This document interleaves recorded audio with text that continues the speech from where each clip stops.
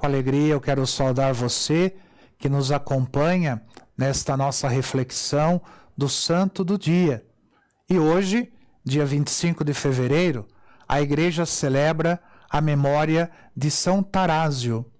Tarásio, ele nasceu no ano de 730 em Constantinopla, então, que era a capital, do Império Romano, e ele era filho do prefeito da capital de Constantinopla.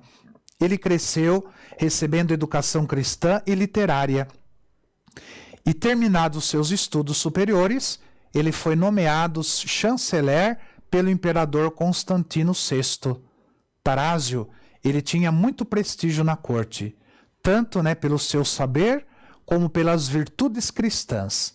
Apesar do luxo e da vida desregrada da nobreza, ele conseguia se manter ligado aos padrões cristãos de uma existência voltada para a caridade e para a fé. O século VIII, muito agitado em Constantinopla, por causa dos partidos da heresia iconoclasta, introduzida por volta do ano de 725 pelo imperador Leão Exáurico. Então, vários sínodos haviam estigmatizado esta heresia, que bania. O que essa heresia fazia? Ela queria banir das igrejas todas as imagens sagradas como se fosse uma idolatria. Os fautores desse fanatismo continuavam com suas intrigas. Suspeito de favorecer esta heresia, o patriarca de Constantinopla, de nome Paulo, ele foi forçado a renunciar ao cargo. Assim, por intervenção da imperatriz Irene, que era muito devota, Tarásio ele foi nomeado patriarca de Constantinopla. Mas, para aceitar, Tarásio ele impôs as suas condições. Ele queria combater firmemente a heresia iconoclasta, que já motivara vários sínodos da igreja e fora repudiada em todos. Então Tarásio, assim como o Papa Adriano I e todos os autores e bispos da igreja, defendia o culto e a veneração nas igrejas.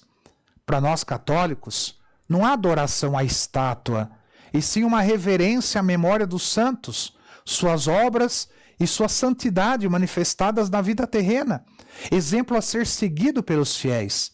Por isso não se trata de idolatria.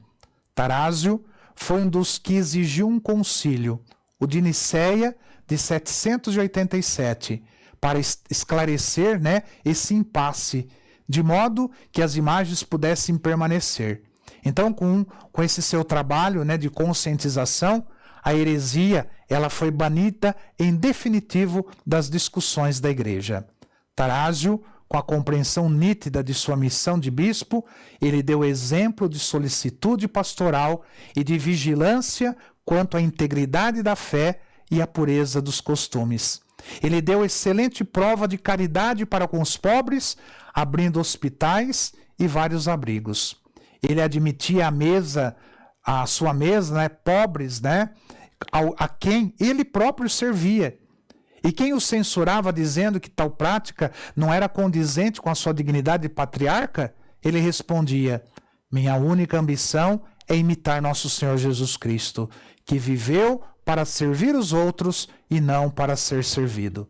Tarásio, ele fazia questão de dar exemplo e suas atitudes diárias eram todas condizentes com aquilo que ele pregava.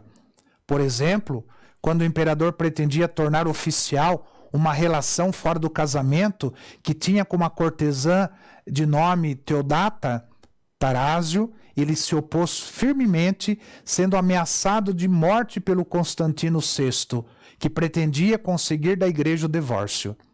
E Tarásio, diante da ameaça de morte, responde firmemente: mais temo cair no desagrado do Rei dos Reis do que perder as boas graças de um rei mortal.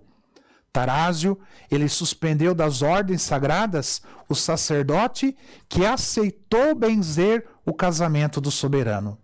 Entretanto, Tarásio tinha o Papa e todos os bispos do Oriente e do Ocidente ao seu lado.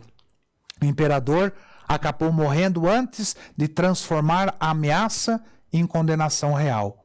Assim, pôde dirigir seu rebanho em paz por muitos anos, da forma como ele gostava, com mão suave, firme e segura. Tarásio, ele morreu aos 76 anos, no ano de 806, e foi sepultado no santuário de todos os mártires do convento por ele fundado em Bósforo, estreito, né, um estreito que separa a Europa da Ásia.